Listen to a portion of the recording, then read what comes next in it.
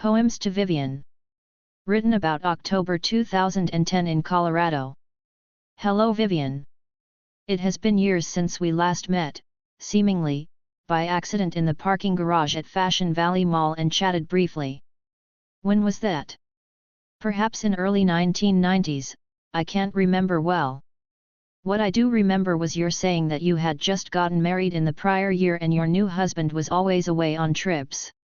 I sensed a bit of regret on your part that things did not work out for us the way that perhaps both of us had fantasized about. I moved away from San Diego in 2007 and returned back to Colorado, not too far from my birthplace of Denver. It is different than the Southland.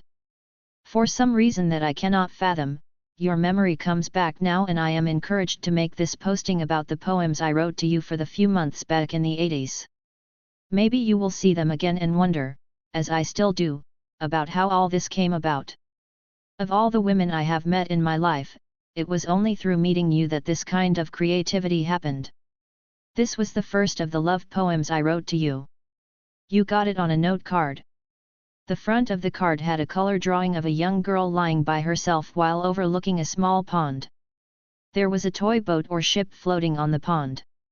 The girl had a foot up in the air and a hand propping up her head.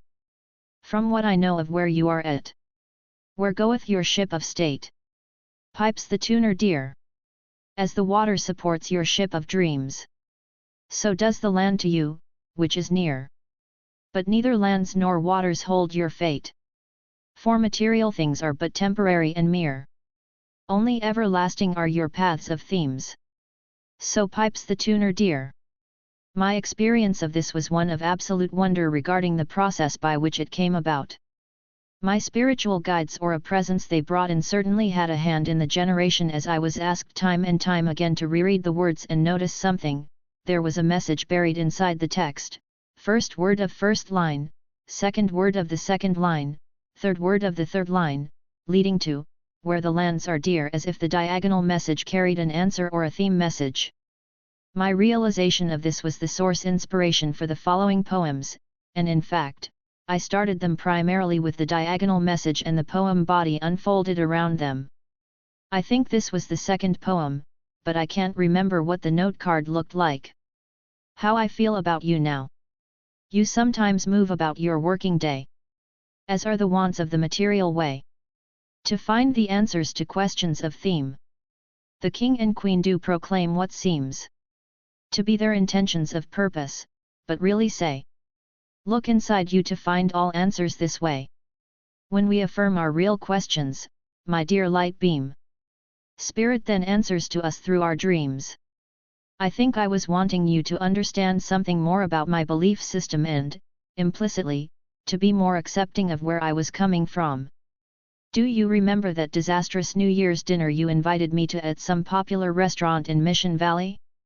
Some women had a kind of physical or emotional breakdown and the whole dinner party fell apart and everyone left. I got stuck with the bill and wondered, what just happened? Why did I get stuck with the bill? I think this was the third poem.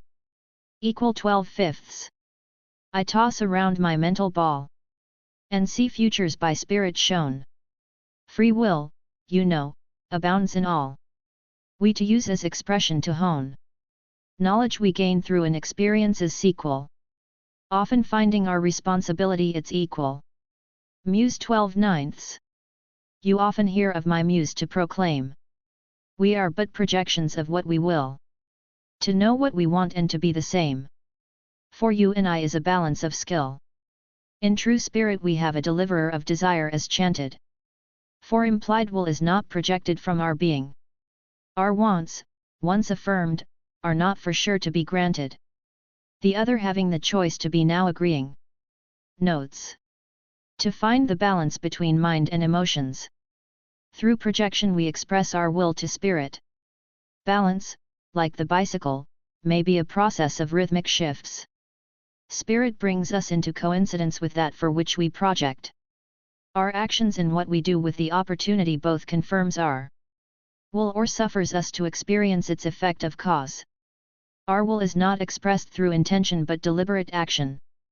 Spirit acts only on the expressed, but not implied, desire. There is a balance between what will we project and what spirit can deliver due to free will on the part of others. Loved number 9. I project my desires through the affirmation of prayer, and am answered by spirit in the people I meet. All we human ones have met before as a player in the support and development of the others we know.